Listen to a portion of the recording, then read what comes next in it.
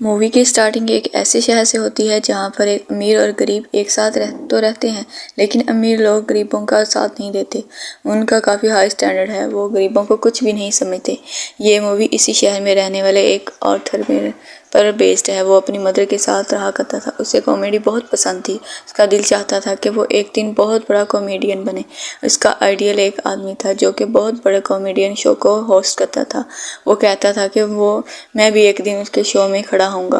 वो इसके लिए बहुत मेहनत किया करता था। फिर हम एक दिन ऑथर को देखते हैं जो कि किसी कंपनी की एडवर्टाइजमेंट की साइन लेकर एक रोड पे खड़ा होता है। वहाँ पर कुछ बच्चे शरारती आते हैं और उन्हें बहुत तंग करके इनका साइन बोर्ड छीन कर भाग जाते हैं।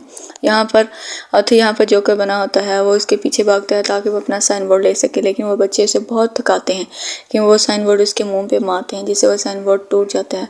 उसके बाद वो ऑथर को बहुत बुरी तरह मारते हैं। वो ऑथर काफ़ी हर्ट होता है। वो सीधा अपने बॉस के पास जाता है। वो सब कुछ बताता है कि बच्चे ने उसके साथ क्या क्या किया। उसका बॉस उसको उल्टा डांट देते हैं कि तुम्हारा दिमाग तो ठीक है, बच्चे ऐसी हरकत कैसे कर सकते हैं। वो बॉस से कहता है कि मैं तुम्हारी सैलरी भी नहीं दूंगा। ऑथर में कॉन्फिडेंस की बहुत कमी होती है, इसलिए वो यहाँ पर खुद के बारे में कुछ बोल नहीं पाता। वो वहाँ से काफ़ी उदास होकर बाहर आ जाता है। वो सोचता है कि क्या मैं इतना बुरा हूँ कि कोई भी मेरी बात का यकीन ही नहीं करता। वो अपने घर आता है कि और डांस करने लगता है।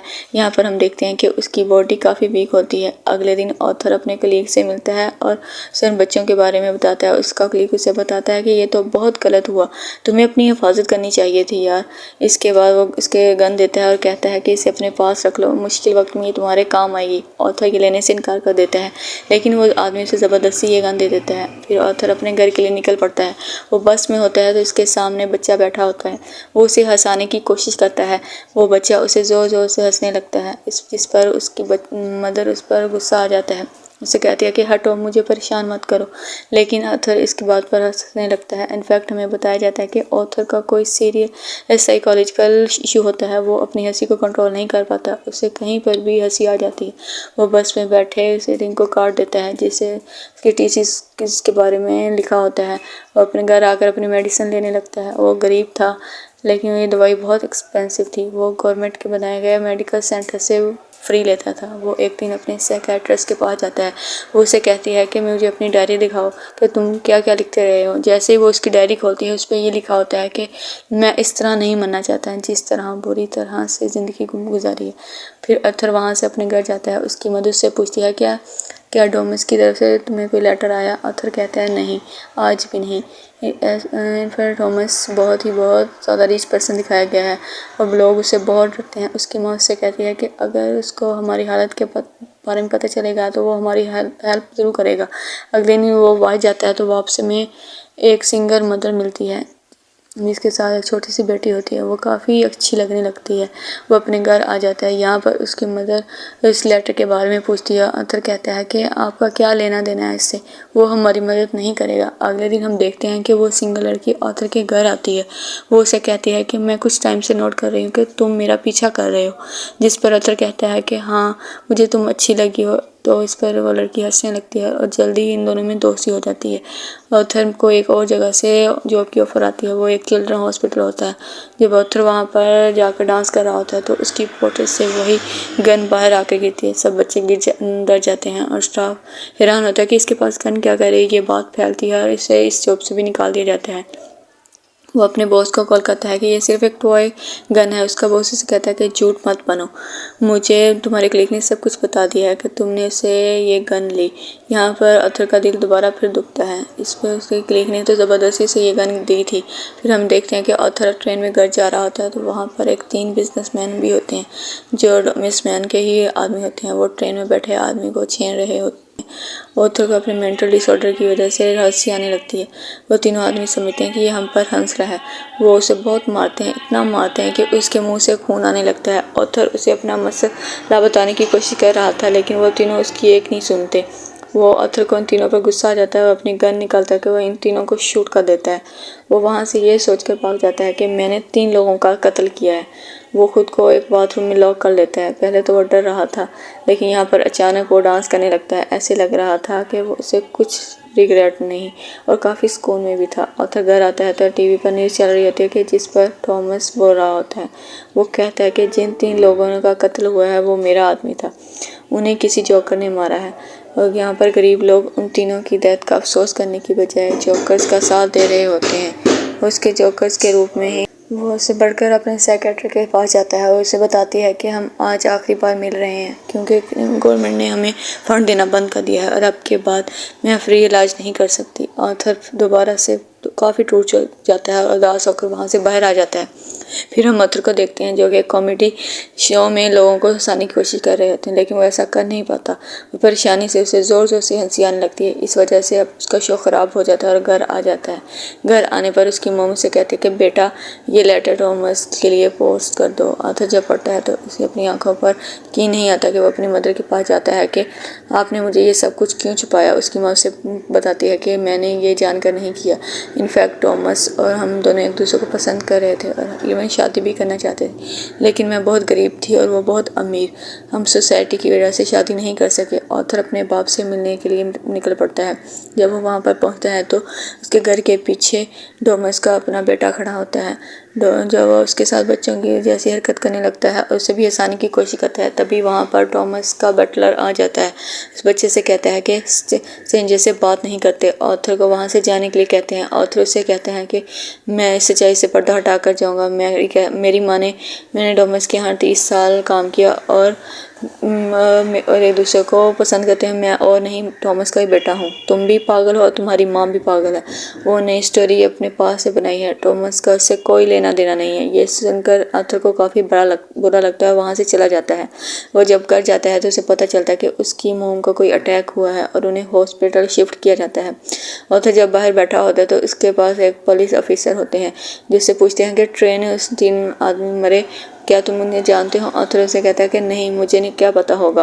उसे पता चलता है कि वो 3 ऑफिसर ने अपनी माँ से क्वेश्चन किया था जिससे उसकी माँ को अटैक हुआ। अंदर अपनी माँ के पास आ जाता है और सिंगल मदर भी होती है। तभी टीवी पर एक न्यूज़ चलती है। इसमें आर्थर का वही फेवरेट टीवी होस्ट होता है, वही कॉमेडियन जिससे आर्थर बहुत ज़्यादा अट्रैक्ट था। वो बहुत शो देखने लगता है और देखते ही देखते उसका अपना चेहरा दिखाया जाता है। वो फेवरेट कॉमेडियन इसका मजाक उड़ा रहा होता है। जब आर्थर को इस कॉमेडी शो में हंसी आ गई थी, आर्थर देखकर काफ़ी टूट जाता है। मेरा आइडियल मेरा मजाक बना रहा है, इससे मुझे इंस्पिरेशन मिली थी। और इन सब चीज़ों पर यकीन नहीं आ रहा था। जब थॉमस घर आता है तो न्यूज़ चल रही होती है कि शहर के हालात काफ़ी ख़राब हो गए हैं। गरीब लोग जोकर्स का मास्क पहने सड़कों पर निकल आए हैं और अमीर लोगों के स्ट्रॉय कर रहे हैं। इन लोगों में बहुत दुश्मनी बढ़ गई है।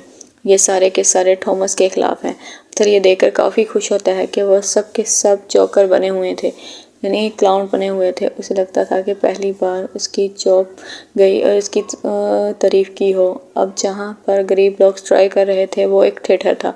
उस थिएटर के अंदर अमीर लोग मूवी देख रहे थे। वहाँ पर थॉमस भी था। उसको रोकने के लिए पुलिस आ जाती है और उन्हें मना करती है। हर तरफ हलचल मच जाती है। इस चीज़ का फ़ायदा उठाते हुए आर्थर उस थिएटर के अंदर चला जाता है। थिएटर के वॉशरूम में जाता है जहाँ पर थॉमस आया था।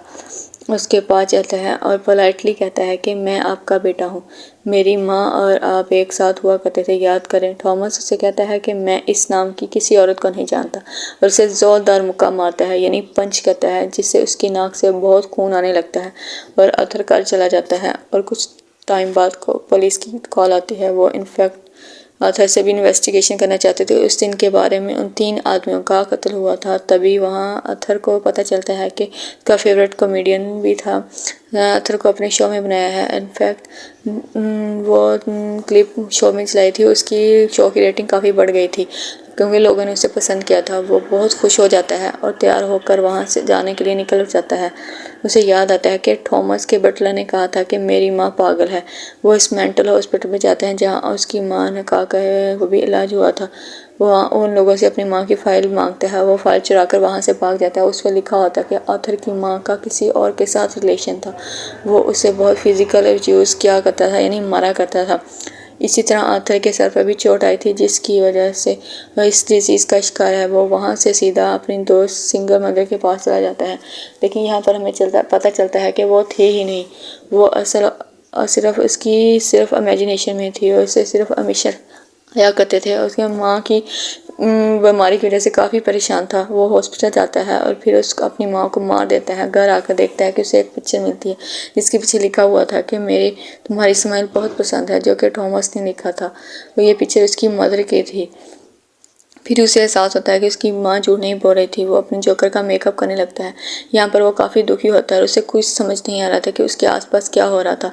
तभी वहाँ उसका कलीग आ जाता है और वो कहता है कि जो इस टाइम ट्रेन में कत्ल हुआ वो रिसेंटली तुम्हारी माँ का भी कत्ल हुआ, मैं तुम्हारे उसके बारे में कुछ पूछना चाहता हूँ। ये अथर को लगता है कि लोग मेरा जीना हराम कर देंगे। वो अपने कलीग को बुरी तरह से मार देता है। इसके बाद अथर तैयार होता है, अपनी जोकर का वो कॉस्ट्यूम पहन लेता है। वो अपने फेवरेट कॉमेडियन शो में जाने की तैयारी कर रहा था। वो बहुत खुश होता है और रात से में डांस करता हुआ जाता है। वहाँ पर 2 पुलिस ऑफिसर आ जाते हैं जो उसे ट्रेन में हुए हादसे के बारे में इन्वेस्टिगेशन कर रहे थे, पर ऑथर वहाँ से भाग आता है और भागते भागते एक ट्रेन में घुस आता है। उस ट्रेन में और बहुत सारे लोग होते हैं जिन्होंने जोकर का कॉस्ट्यूम पहना था। पुलिस इतने सारे उसको ढूंढ ही नहीं पाती। इसी बात का फ़ायदा उठाते हुए वो वहाँ से बाहर आ जाता है और अपने फेवरेट कॉमेडियन शो की तरफ जाता है। वो जब उसके सामने जाता है तो उसे पूछता है कि क्या तुम भी जोकर बने हो, क्या तुम भी अमीरों के खिलाफ प्रोटेस्ट कर रहे थे। फिर उसे रिक्वेस्ट करता है कि आप लोग मेरे बारे में कुछ नहीं बताइएगा सिवाय इसके कि मैं एक ऑर्डिनरी जोकर हूँ। और फिर उसका लाइव शो स्टार्ट हो जाता है। ऑडियंस उसे देखकर काफ़ी खुश हो जाती है और काफ़ी करती है। वहाँ पर फेवरेट कॉमेडियन से क्वेश्चन करता है कि तुम यहाँ पर जोकर बनकर क्यों आया हो। जोकर उससे कहता है कि मैं हमेशा खुश रहना चाहता था, मैं लोगों में भी खुशियाँ बांटना चाहता था। लोगों ने मुझे इस कैरेक्टर में पसंद किया, क्यों ना मैं इस ऐसे ही आ जाऊँ। वो यहाँ पर बहुत ज़्यादा सरप्राइजिंग बात भी करता है। वो लाइव शो में वो सबके सामने बता देता है कि उस दिन उस ट्रेन में 3 लोग मारे गए हैं, वो मैंने ही मारा था। ये सब मैंने ये इसलिए बताया कि अब तक कितने गरीब मरे, कितने ही अमीर लोगों की जानें अमीर लोगों ने गरीब लोगों की बेदर्दी से कत्ल किया, लेकिन आज तक किसी नोटिस किया कि अमीर लोगों के खिलाफ आवाज़ उठाई या गरीब लोगों ने याद किया मुझे बताएं। जब मैंने किसी अमीर आदमी को बता दिया तो इन लोग इतना शोर क्यों मचा रहे हैं? क्या सब इंसान बराबर नहीं होते? क्या अमीरों में कोई ख़ास बात होती है? कोई ख़ास सोसाइटी बहुत ख़राब हो चुकी है, वो सिर्फ अपना फ़ायदा सोचती है। अगर आज तुमने इस शो में बुलाया है तो ये तुम्हारी रहम दिली हरगिज़ नहीं है।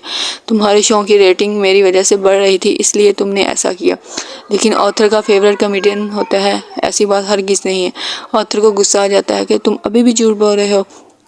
वो गन बाहर निकालता है और इस सबके सामने शूट कर देता है। लोग काफ़ी घबरा जाते हैं और वहाँ से बाहर निकलने लगते हैं। ऑथर को काफ़ी कॉन्फिडेंस देखते हैं, वो किसी से नहीं डर रहा होता। कल पुलिस इस बात पर ऑथर को अरेस्ट कर लेती है और अपनी गाड़ी पे बिठाकर वहाँ से दूर ले जाने लगती है। लेकिन ऑथर रास्ते में देखता है कि बहुत सारे स्पॉटर होते हैं जो उसे स्पॉट कर रहे होते हैं। उनमें से कुछ लोग एम्बुलेंस में बैठते हैं और ज़्यादा सारी स्पीड करके उस पुलिस कार से टक्कर करते देते हैं, जिसकी वजह से वो पुलिस कार उड़ जाती है। और अब जोकर बाहर आ गया था, वो उन सब लोगों में शामिल हो जाता है और उसी कार के ऊपर खड़ा हो जाता है। सब लोग उसे देख पा रहे थे और उसे शेयर कर रहे थे। और उसके मुंह और से नाक से काफ़ी खून आ रहा था, लेकिन वो इसी खून से अपनी स्माइल बना लेता है और हाथ फैलाक से ज़ोर ज़ोर से हंसने लगता है। ये इसके चेहरे पर ऐसी स्माइल थी जिसके पीछे फोम, तकलीफ, दुख छुपा हुआ था। वो उन सब लोगों का हीरो बन चुका था और वो यहाँ तक काफ़ी खुश था कि लोग उसकी तारीफ़ कर रहे थे, उसे अप्रिशिएट कर रहे थे। दोस्तों, जब हम थॉमस को देखते हैं, वो अपनी प्रेजेंट वाइफ और बेटे से अपने शहर छोड़कर जा रहा था, लेकिन तभी एक साइड पे खड़ा जोकर उन दोनों को शूट कर देता है, लेकिन उन बेटे को कुछ नहीं कहता। फिर सन चेंज होता है और फिर हमें आर्थर एक साइकेट्रिस्ट के पास दिखाया जाता है। वो वहाँ पर भी हंस रहा होता है। वो साइकेट्रिस्ट से कहती है कि तुम बिला वजह क्यों हंसते रहते हो। आर्थर उसे कहता है कि आप इस फीलिंग को कभी नहीं समझ पाएंगी। ये कहकर वो वहाँ से बाहर आ जाता है और उसके जूतों के नीचे खून लगा हुआ था, जिससे ये जाहिर होता है कि ये एक अच्छा इंसान कैसे कातिल में बदल गया। इससे हमें ये लेसन मिलता है कि जब किसी के साथ बुरा किया जाए तो वो बुरा ना भी हो तो एक न एक दिन बुरा बन ही जाता है। इसे इतनी अजियत दी गई, इसे इतना टॉर्चर किया गया कि उसके अंदर से वो फीलिंग ही ख़त्म हो गई और आपको अपनी लाइफ से वो बिल्कुल सेटिस्फाइड था। इसके साथ ही वो मूवी एंड हो जाती है। आई होप आपको ये मूवी अच्छी लगी होगी। Thank you for watching.